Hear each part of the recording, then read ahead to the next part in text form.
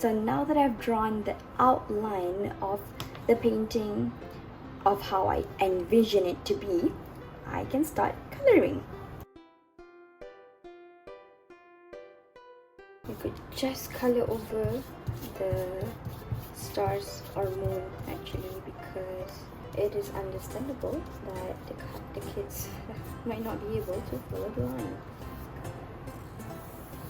Yes, that's what we want. That's the kind of effect we want, okay? So just swirl it, follow the lines that you've done already.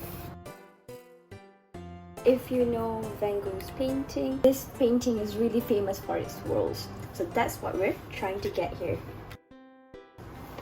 So if you have any other paint, do use it. So I want to use this kind of blue for the second layer. Actually, ooh, look at that. Right?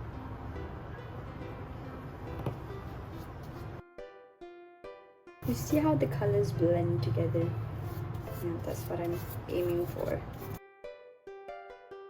A nice blend of all the colors. So you don't need to exactly separate the colors, okay?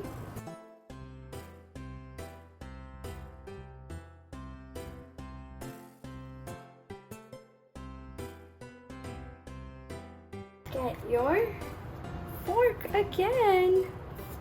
Just gonna fork it around, make a swirl if you want to.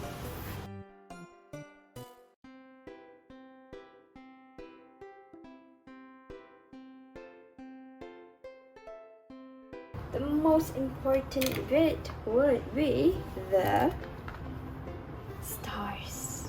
So you can just let them put the stars and the moon anywhere on top here.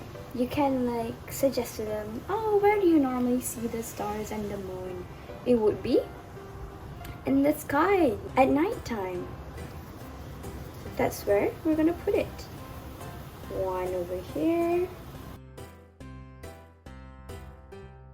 Let's try and see if my bancho paint could help us.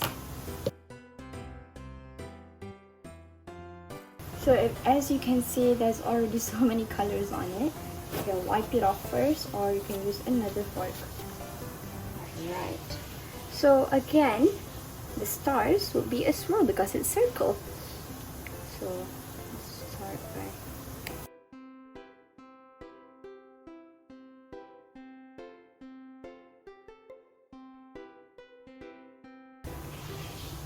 wow, there you have it. Your own Van Gogh Starry Night painting.